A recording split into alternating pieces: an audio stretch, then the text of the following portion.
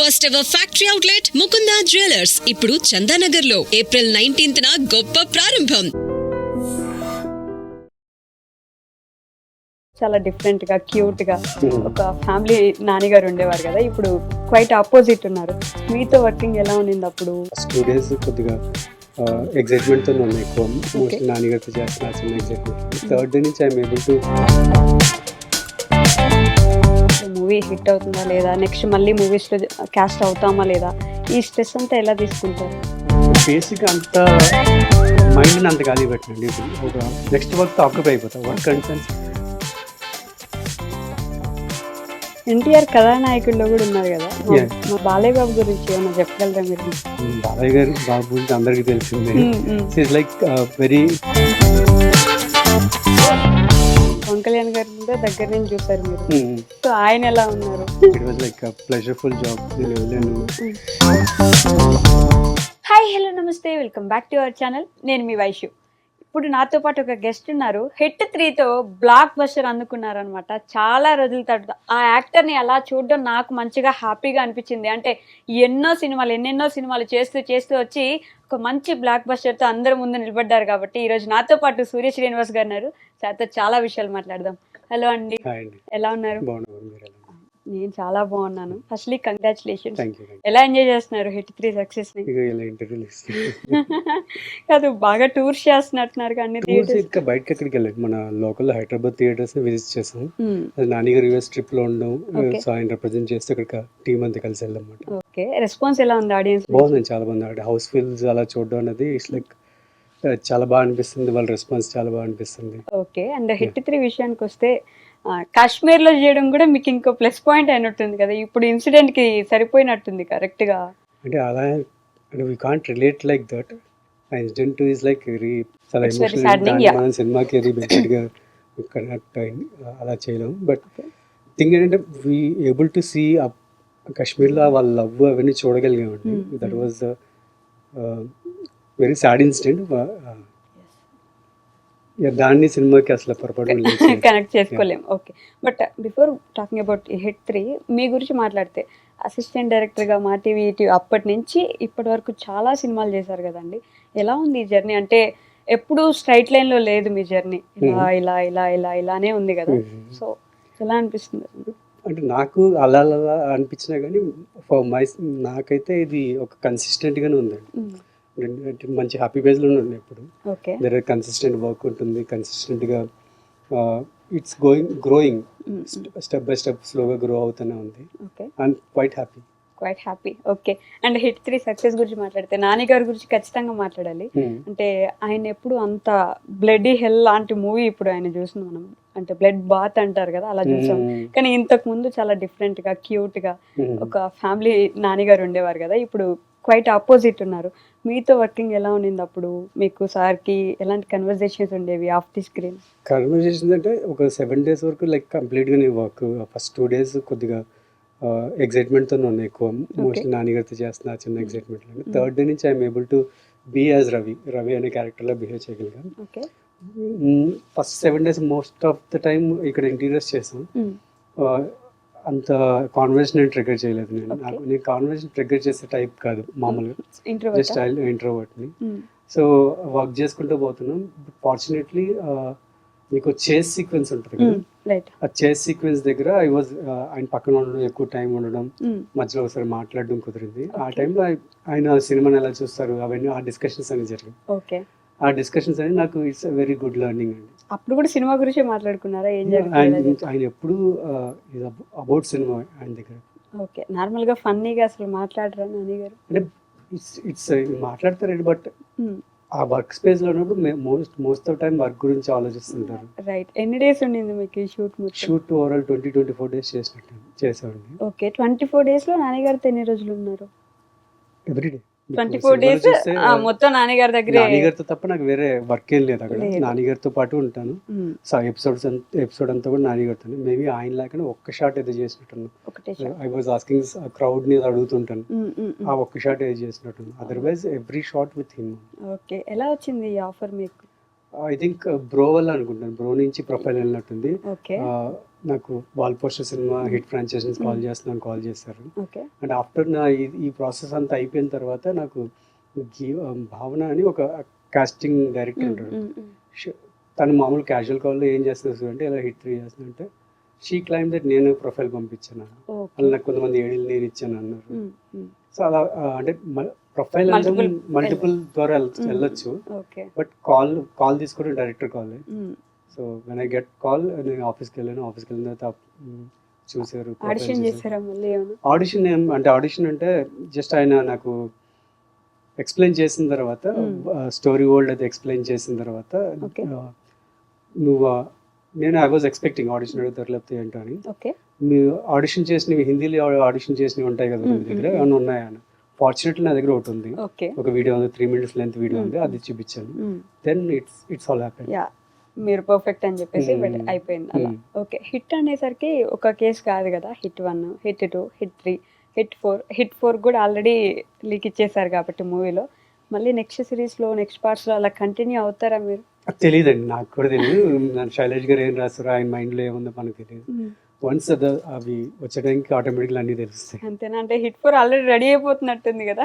అయితే ఆయన శైలేష్ గారు చెప్పడం అయితే హిట్ 4 ఐడియా కాన్సెప్ట్ ఇదంతా ఉంది, స్క్రీన్ ప్లే రెడీ అవ్వాలి అని అన్నారు. బట్ ఎప్పుడు ఏంటన్నది ఇంకా వాళ్ళకి తెలియదు.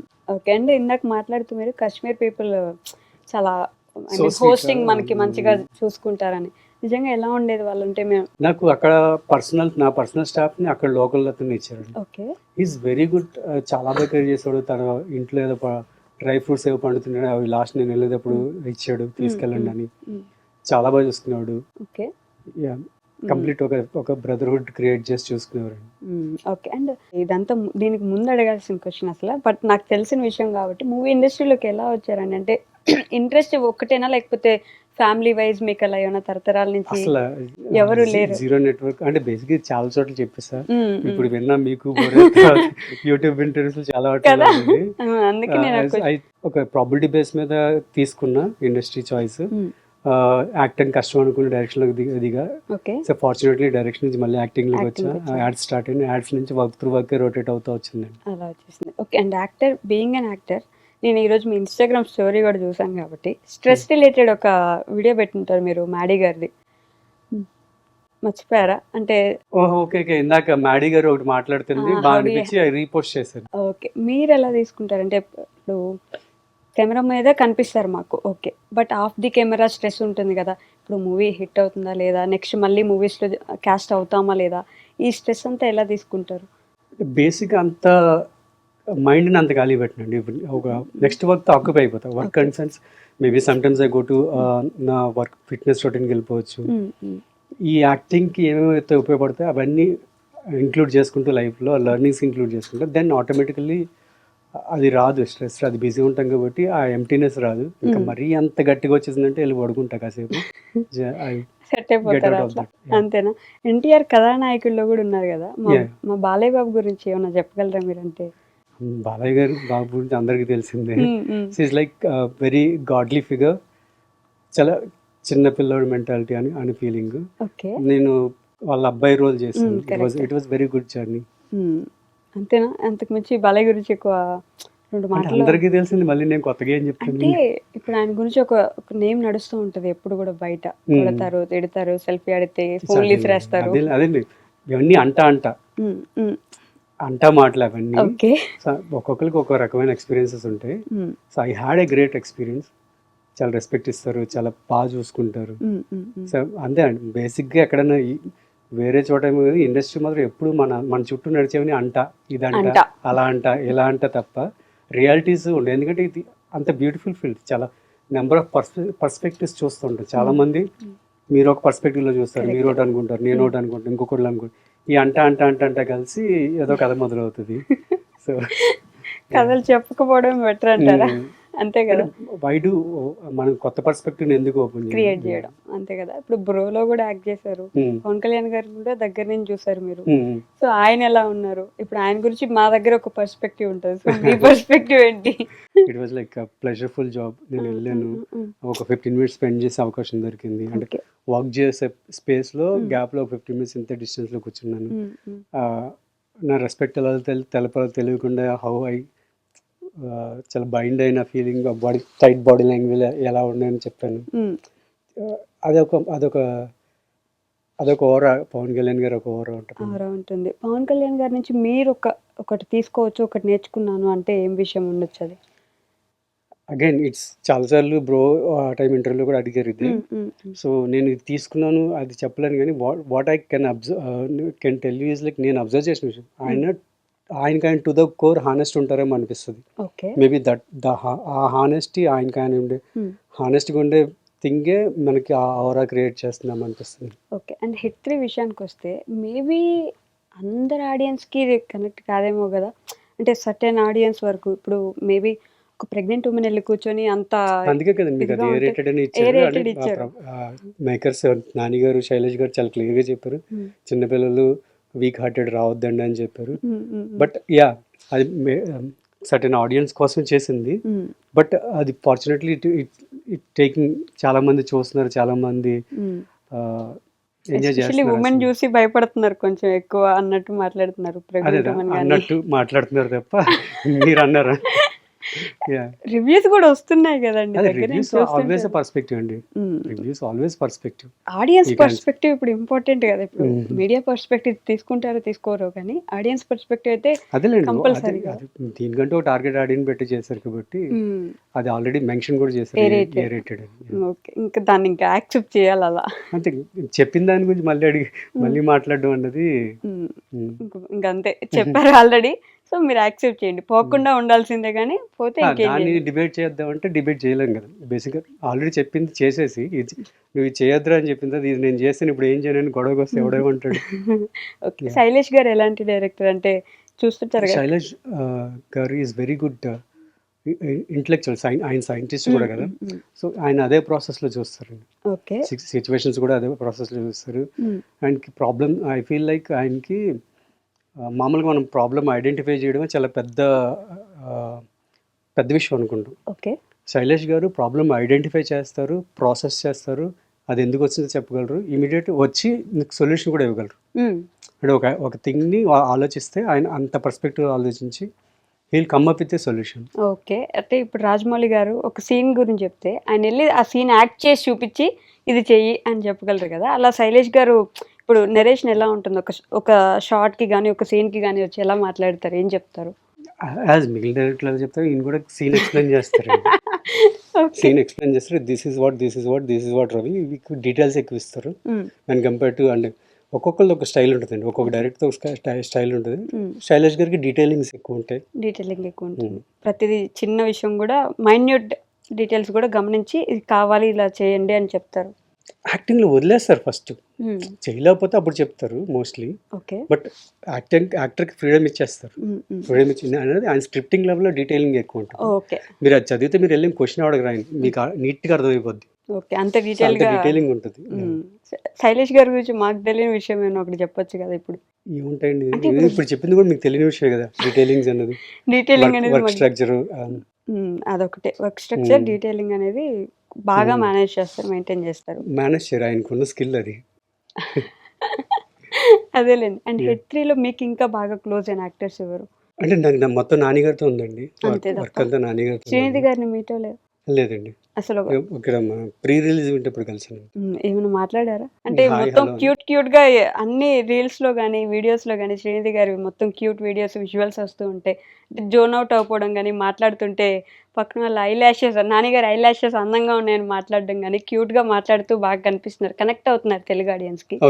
సో మీరు అసలు మాట్లాడలేదు ఆవిడతో? అదే ఆ ప్రీ రిలీజ్ అప్పుడు ఆవిడ పక్కన కూర్చున్నాము, జస్ట్ అందరూ స్టేజ్ మీదకి వెళ్ళాము. అక్కడ ఏమిటంటే ప్రీ రిలీజ్ టైంలో యూ సీ ద ఆడియన్స్, చాలా మంది చూస్తాం కదా, ఆ ప్లెజర్లోనే ఉంటాం. ఇక్కడ మాట్లాడుకుని వినిపించం, జస్ట్ హాయ్ హలో చెప్పడం తప్ప. ఇంకా మరీ ఇంపార్టెంట్ ఉంటే తప్ప గట్టిగా మాట్లాడతాం.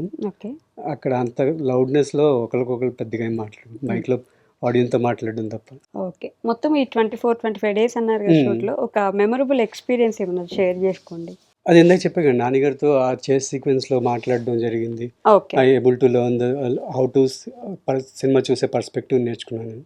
That was the most memorable. అంటే ఎలా నేర్చుకున్నారంటే ఇప్పుడు పర్స్పెక్టివ్ అనగానే చాలా రకాలుగా వస్తాయి. ఫస్ట్ థింగ్ నేను ఇప్పుడు ఇదే పర్స్పెక్టివ్ అని మాట్లాడుకోలేం కదా. సో మీరేంటి నాన్నగారిని ఎలా సార్ హౌ డు యూ ఏమైనా బుక్స్ చదువుతారా ఉమ్, యాక్టింగ్ కోసం అది ఇది అడిగితే లేదు బుక్స్ ఏం చదవను Surya I just watch cinema చూడడమే పెద్ద లెర్నింగ్. ఓకే.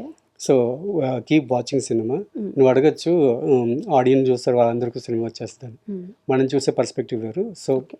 చూసే విధంగా చూస్తే సినిమాని చూస్తూ వచ్చే లెర్నింగ్ ఇంక ఎక్కడ రాదు. Um, that's how I learn అని చెప్పారు. ఓకే. సో అప్పటి నుంచి I'm trying to watch more cinema. Um, um, చూసేటప్పుడు యాజ్ అన్ యాక్టర్ దీని నుంచి ఏం తీసుకోవాలి నేను అటువంటి చూస్తాను. ఓకే.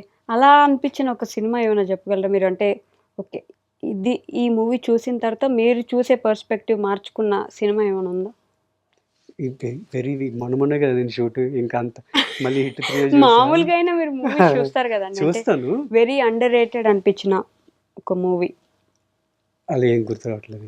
అసలు తెలుగు మూవీస్ చూస్తారా? చూస్తా తెలుగు ఎక్కువ చూస్తారా? వెరీ అండర్ రేటెడ్ అయితే నాయకుని ఉన్నాయి. చంటబ్బే అని వెబ్ సిరీస్ ఉంది, అది అండర్ రేటెడ్ అనిపిస్తుంది. కమిట్మెంట్ అని ఉంటుంది అండర్ రేటెడ్. మీ మూవీస్ అన్ని అండర్ రేటెడ్ అంటారు. ఇప్పుడు మీరు మీ మూవీస్ కాకుండా ఇంకెవరివి అండర్ రేటెడ్ మూవీస్ లో అసలు ఎప్పుడు అనిపించలేదా? అండర్ అంటే అంత ఆలోచించలేదండి, అంత ఆలోచించలేదు. ఓకే. సినిమాలు చేసుకుంటూ పోతున్నారు, సిరీస్లు చేసుకుంటూ పోతున్నారు, ఫస్ట్ థింగ్ ఖాళీ లేదు, అంతేనా? నిజంగా అది కూడా ఒక బ్లెస్సింగే కదండి. అంటే ఖాళీ లేకుండా వర్క్ చేసుకుంటూ పోవడం. ఓకే. అండ్ ఇప్పుడు నేను ఒక పర్సన్ గురించి అడిగితే మీరు ఆ పర్సన్ గుర్తొచ్చిన విషయం ఏంటో చెప్పండి. మీరు యాక్ట్ చేసిన వాళ్ళ గురించి అడుగుతాను నేను, ఓకేనా? Balayya Babu godly figure. నానిగారు natural star. So my addiction నానిగారు ఈజ్ మై న్యూ అడిక్షన్. ఎందుకలా? సో ఐ డూ ఆయనతో పని చేసిన తర్వాత ఆయన ఎలా చూస్తారు, ఆయన ఫాలో అవడం ఎక్కువ మొదలుపెట్టిన. సోషల్ మీడియా కంటెంట్లో కూడా మోస్ట్ ఆఫ్ ది టైం నానిగారి వీడియోస్ని అల్గారిథం సజెస్ట్ చేస్తుంటుంది. ఓకే. అంటే ఆయన ప్రతి మాట్లాడే మాట కానీ చూసేది ఏం అంటే చేస్తారు బేసిక్గా ఆయన ఎలా క్రాక్ చేస్తారు, ఎలా how he judges the things, అవన్నీ వాటి గురించి ఆలోచిస్తుంది. సో మీరు కూడా ఆయన ఫాలో అయిపోదామన్నా నెక్స్ట్? ఇప్పుడు ఏం చెప్పారా నాన్నగారికి అలా అన్న ఇట్లా మిమ్మల్ని చూస్తున్నాను? ప్రీ రిలీజ్లో నేను మాట్లాడాను కదండి, అంటే ఓకే. నాట్ ఎగ్జాక్ట్లీ అన్ని వర్డ్ టు వర్డ్ చెప్పలే కానీ దర్ ఈజ్ నాకు నాన్నగారు రాకముందే ఇచ్చేసారు మైక్. దెన్ చెప్పాలనుకుంటే మొత్తం చెప్పలే కానీ I'm able to convey that. Okay. Yeah. Shailesh గారు is a scientist. By mistake ఇట్లా అది మీరు ఏం చేస్తారంటే మీరు అడిగిందే మళ్ళీ ఇంకో రకంగా తిప్పడుగుతుంది. శైలేష్ గారు ఆయన గురించి చాలా క్లియర్గా చెప్పా. ఏమని? శైలేష్ గారు is like sees the very particular details. And exactly మీరు శైలేష్ గారిని అడిగారు కాబట్టి I would like to say, మీకు ప్రతి క్లాస్లో అన్నిట్లో పార్టిసిపేట్ చేస్తూ చాలా యాక్టివ్గా ఉంటూ అసలు చదవడేమో అన్నట్టుండి క్లాస్ ఫస్ట్ వస్తారు చూడండి. ఓకే. శైలేష్ గారు ఆ టైపు. అంటే హీ స్పెండ్స్ టైం, అందరికీ టైం ఇస్తారు, అందరితో మాట్లాడతారు. ఈ పుల్ ఆఫ్ వర్క్ని చాలా బెటర్గా పుల్ ఆఫ్ చేసుకుని వస్తారు. ఎప్పుడు వర్క్ చేశారా బాబు ఇంత వర్క్ అనిపిస్తుంది. Will give you best output. Okay. Pawan Kalyan గారు మన డిప్యూటీ సీఎం గారు. అదే మీరు ఏం చేస్తున్నారంటే అడిగిందే తిప్పి ఒక 1 word లో పవన్ కళ్యాణ్ గారి గురించి ఏం చెప్పగలరు అని అడిగాను నేను. పవన్ కళ్యాణ్ గారు ఈజ్ ఎ పీపుల్స్ పర్సన్ అండి. సాయిధరం తేజ్ గారు హంబుల్. ఆయన గురించి ఫుల్ వింటూ ఉంటాం ఎప్పుడు, చాలా down to earth, to humble. Okay. And ఇప్పుడు ఖచ్చితంగా ఈ హీరోతో అదే మల్టీ పర్సన్ రోల్ వచ్చి ఆ హీరోతో స్క్రీన్ షేర్ చేసుకుంటారు అంటే you mean to say multi starrer. Okay. అప్పుడు ఏ హీరో అయితే బెటర్ అనుకుంటున్నారు? మొన్న లిస్ట్ అంతా ఇస్తాను నేను. నాకు ఆశ ఎక్కువ అండి ఆ విషయాలు. ఉన్న హీరోలందరి పేరు చెప్పేస్తారు ఇప్పుడు, ఖచ్చితంగా ఎవరిని వదులుకోరు. ఒక డైరెక్టర్ అయితే అందరు డైరెక్టర్లు అని చెప్పకండి. రాజమౌళి గారు ఇప్పుడు కళ్ళ ముందు ఆయన కనిపించేసాడు అక్కడ కాదు. ఓకే. నార్మల్గా అట్లా విజువలైజ్ చేసుకున్నారు ఇప్పుడు సడన్ గా. ఎందుకని రాజమౌళి గారు గుర్తొచ్చారు ఇప్పుడు? మీరు అడిగింది నేను రాజమౌళి గారి గురించి అడగలేదు, డైరెక్టర్ అన్నారు. డైరెక్టర్ అన్నానని రాజమౌళి గారు గుర్తొచ్చారు. ఓకే. ఒక హీరోయిన్? నథింగ్. డైరెక్టర్ ఎవరిని ఓకే చేస్తాను. ఎందుకని హీరోయిన్ అయితే ఒకరు చూస్ చేసుకోవట్లేదు? అలా ఏం లేదండి, ఎవ్రీబడి ఈజ్ గుడ్ కాబట్టి ఒక పేరు చెప్పాలనుకోవట్లేదు. ఓకే. అండ్ ఆడియన్స్ మూవీస్ చూసే పర్స్పెక్టివ్ ఒక దశాబ్దం చూసుకుంటే ఒక 10 సంవత్సరాల క్రితం ఒకలా ఉంది, ఇప్పుడు ఒకలా ఉంది, మళ్ళీ చేంజ్ అవుతూ ఉంటుంది కదా. దానికి రికార్డింగ్ మూవీస్ వస్తేనే ఇప్పుడు డీజే టిల్లు లాంటి సినిమాలు కానీ, మ్యాడ్ స్క్వేర్ లాంటి సినిమాలు కానీ సూపర్ హిట్ అయినప్పుడు కొన్ని నార్మల్ నార్మల్ సినారియోస్తో మూవీస్ తీస్తే హిట్ అవ్వట్లేదు కదా, ఇలా కొన్ని మూవీస్ హిట్ అవ్వకపోవడానికి, కొన్ని మూవీస్ అంత పర్స్పెక్టివ్గా చూసి మరి హిట్ చేయడానికి రీజన్ ఏమంటారు? మీరేదో నేను పెద్ద స్క్రిప్ట్ డాక్టర్ని, నేను పెద్ద ఆశ్రమం పెట్టున్నా స్క్రిప్ట్ పెట్టుకుని అన్నట్టు అడుగుతున్నారు క్వశ్చన్స్. మీరు కాదండి, అంత సీరియస్ రోల్ చేస్తారు. ఇప్పుడు ఇక్కడ కూర్చొని ఫుల్ కామెడీ. ఈ మనిషి ఏంటి, ఇదేంటి, ఈ సినిమా పరిస్థితి ఏంటి, ఇవన్నీ అడుగుతున్నారు. ఇవన్నీ నేను ఎలా చెప్పగలనండి? మీకు డైరెక్టర్కో లేకపోతే స్క్రిప్ట్ రైటర్కో నచ్చిన స్క్రిప్ట్ ఆడియన్స్కి నచ్చకపోవచ్చు.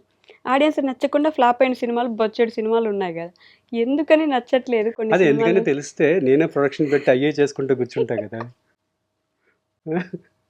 ఓకే, నైస్ అండి, మీరు నన్ను రోస్ట్ చేస్తున్నారు. అయ్యయ్యో, మీరు చేస్తున్నట్టుంది నన్ను. యాక్చువల్లీ నేను మిమ్మల్ని చేయట్లేదు. జనరల్ హానెస్ట్గా నిజంగా ఎందుకనే విషయం నాకు నిజంగా తెలిస్తే నేను అక్కడెక్కడ డబ్బులు తెచ్చుకుని అయ్యే చేసుకుంటూ కూర్చుంటా కదా. కాదు, ఇప్పుడు నాని గారు యాక్టింగ్ చేసి ప్రొడ్యూస్ ఎందుకు చేస్తున్నారు? ఆయన ఆడియన్స్ పల్స్ ఎలా ఉంది అని చెప్పేసి ఆయనకి అర్థమైంది జడ్జ్మెంట్. మీరు ఆయన ఫాలో అవుతున్నారు కదా సార్, అందుకని నేను మిమ్మల్ని ఒక క్వశ్చన్ అడిగా, ఎందుకని ఆడియన్స్ పర్స్పెక్టివ్ చూసే విధానం ఎందుకు మారుతుంది? నేర్చుకుంటాను, మీకు తెలిసి నాకు చెప్పండి, నేర్చుకుంటా. Shit. ఎందుకండి ఇప్పుడు మీరు అన్నారు జస్ట్ కిడింగ్ అంటే బేసిక్గా అదేనే, అది ఏ సినిమా ఎందుకు హిట్ అనేది బేసిక్ దానికి ఒక వర్డ్లో చెప్పిన సక్సెస్ ఆర్గ్యూ చేయొద్దు, ఫెయిల్యూర్తో పోటీ పడద్దు. ఓకే, సో దెర్ ఈజ్ ఒక సినిమా హిట్ అవ్వాలంటే బేసిక్గా అందరు కథలు చెప్తున్నాం అనుకుంటాం, ఒక సినిమా ద్వారా మనం కథ చెప్తాం. బట్ మనం చేసేది ఏంటంటే as a maker, any film maker ఒక సినిమా ద్వారా కథ చెప్పేది, ఎమోషన్ ట్రిగ్గర్ చేస్తారు. ఒక కథ ద్వారా ఎమోషన్ చెప్తారు. ఆ టైంకి ఆ ఎమోషన్ను ఆడియన్ ఎంపతి ఫీల్ అవ్వగలిగితే ఆ సినిమా హిట్ అండి. ఇట్స్ నాట్ అబౌట్ కథ, కథ గురించి కాదు, ఇట్స్ నాట్ అబౌట్ కథ. ఇప్పుడు మీకు గొప్ప సినిమాలని కొన్ని మిస్ఫైర్ అయి ఉంటాయి. ఆ సినిమా కథ పోయిందో లేకపోతే అది పోయిందో వాళ్ళ మేకర్స్ పోయారో కాదు, ఆ టైంకి ఆ ఎమోషన్ ఆడియన్కి ఎంపతి క్రియేట్ అవ్వలేదు అంతే. ఓకే, దట్స్ వాట్ మీరు చెప్పిన క్వశ్చన్, మీరు అడిగిన క్వశ్చన్కి ఆన్సర్ అది. ఓకే అండి, హిట్ 3 గురించి ఆడియన్స్కి ఏమైనా చెప్పాలనుకుంటే చెప్పండి. I'm finishing this interview now. Thank you. లేదు, ఆడియన్స్కి చెప్పమన్నారు కదా, అది థ్యాంక్ యూ స్టార్ట్ చేస్తున్నా. Okay, thank you. నేను థ్యాంక్స్ ఫర్ ద లవ్.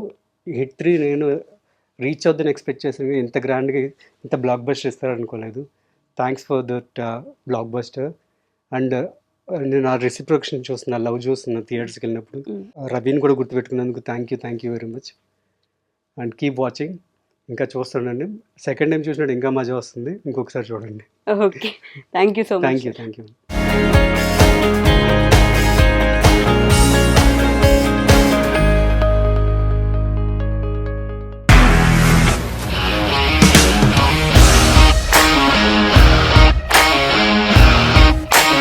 ఇండస్ట్రీలో కమిట్మెంట్ ఇష్యూస్ వస్తే నీకు కూడా వచ్చినట్టు? మార్నింగ్ తీసుకెళ్ళాడంటే కొట్టి పడేస్తాడు.